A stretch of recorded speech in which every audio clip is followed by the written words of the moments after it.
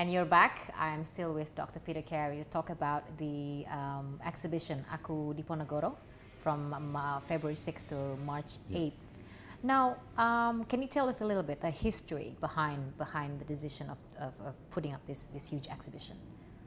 I think it goes back to June of 2012 when we had a very major exhibit here, at least Goethe did, with a German curator, Werner Krauss, on Raden Saleh, which was the first pameran tunggal of Raden Saleh's works in his homeland since his death in 1880. So this was a major exhibit, and within the 2 weeks we had 20,000 visitors. 20,000 visitors. Which is huge.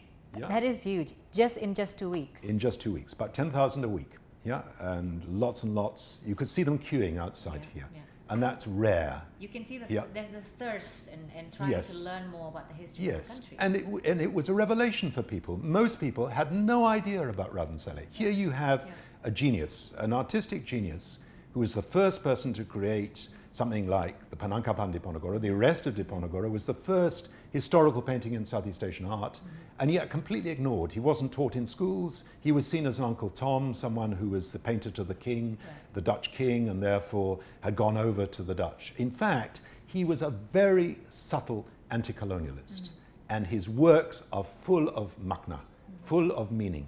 So the idea of this exhibit, out of that came a kebijakan, an initiative by the Goethe Institute and the Yayasan Asari Joyokusumo to actually renovate this painting, the Mona Lisa of Indonesia, which was in a very bad way. It had fungus growth, it had the kendor, the slackening of the canvas, and it had this very dirty varnish over it, which made it look a sort of amber orange. And that was cleaned, and all the beautiful indigos and blues came back up, the glory of the painting. And the idea first was to, well, show this painting to the people of Indonesia. And the Yayasan Asari said, well, we'll join that with a technical display of how you renovate and conserve old paintings.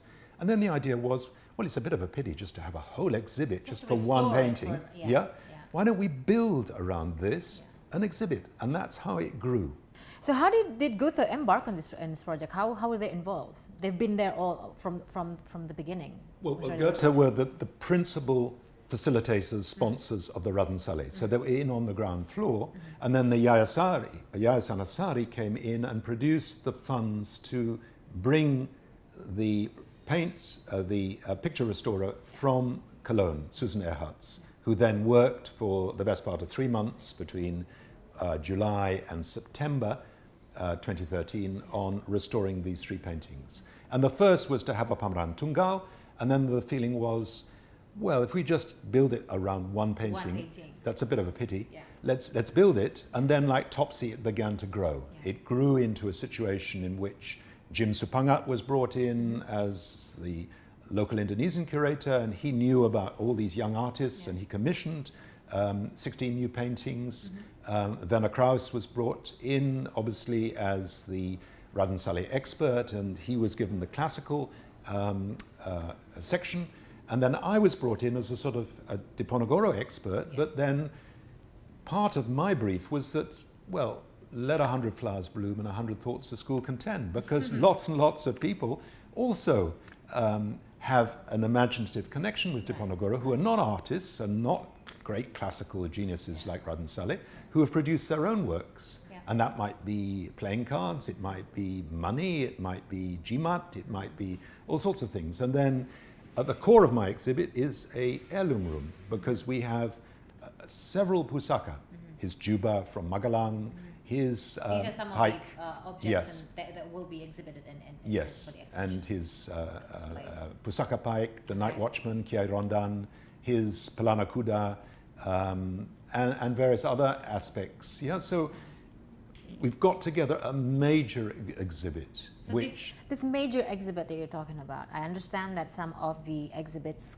it comes from all over the world, and the farthest being from Dublin.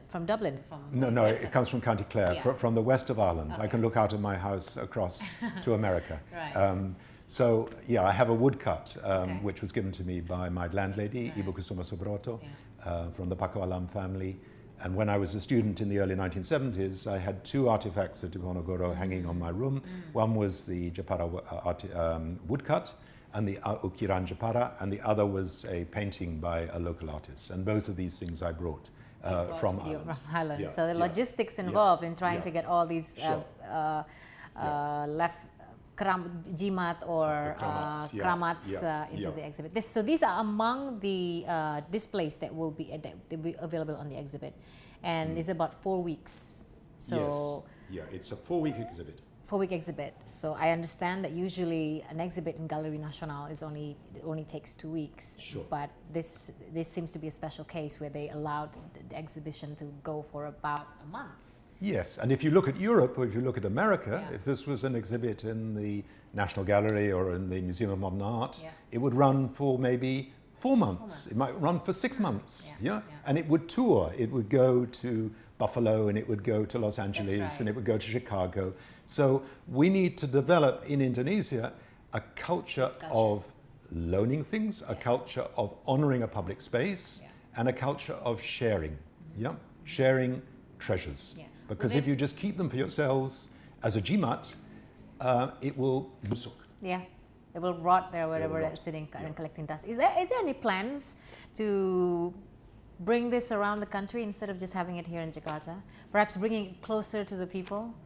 Well, one of the things that we've done, which is unique for this exhibit, is to have an audio guide. Okay. And the audio guide will be forever. That audio guide, anybody can plug into that audio guide, can use it, can download it.